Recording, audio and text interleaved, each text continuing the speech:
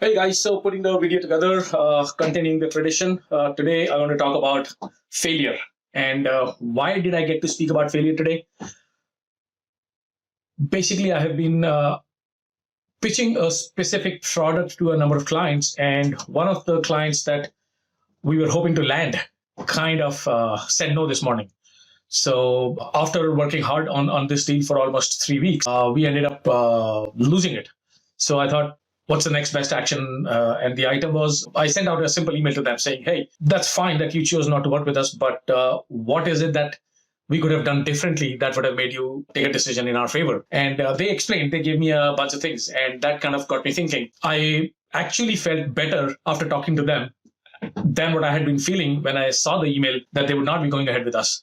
So it's a simple lesson, but no failure is permanent. And if you are able to take a lesson out of it and possibly get something good out of this, make it into a positive experience, because ultimately it's how you feel is that is in your direct control, because the things that happen will not always be in your control, but how you choose to respond to them is in your control, and therefore you may be able to deal with failure better this way. So that's kind of what I thought I will talk about.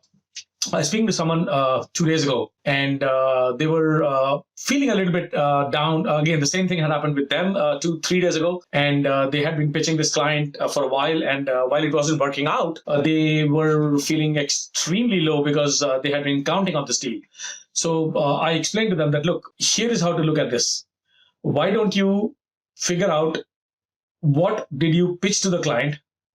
What did you like about that client without talking to the client, and what you did not like about that client? And that kind of gives you a blueprint on what you personally like and what you don't like. And, they said they did not in the first place wanted to work with this client, but they needed the money. So this made a lot of sense, because now they're at least clear and self-aware on what they don't want and what they will not stand for. So ultimately it turned out to be a good experience because they got learning out of it. So failure is never permanent, as long as you can basically step back and either convert it into an experience where you go back and question, take the learning, or by default sit back and then look at the broad picture and take the learning. But either way, deal with the failure this way, and I can guarantee very soon you will start separating the event from the feeling, because event is what happened. You have no control over it, but feeling is something that you can control. You choose how to respond to it in a way that you feel,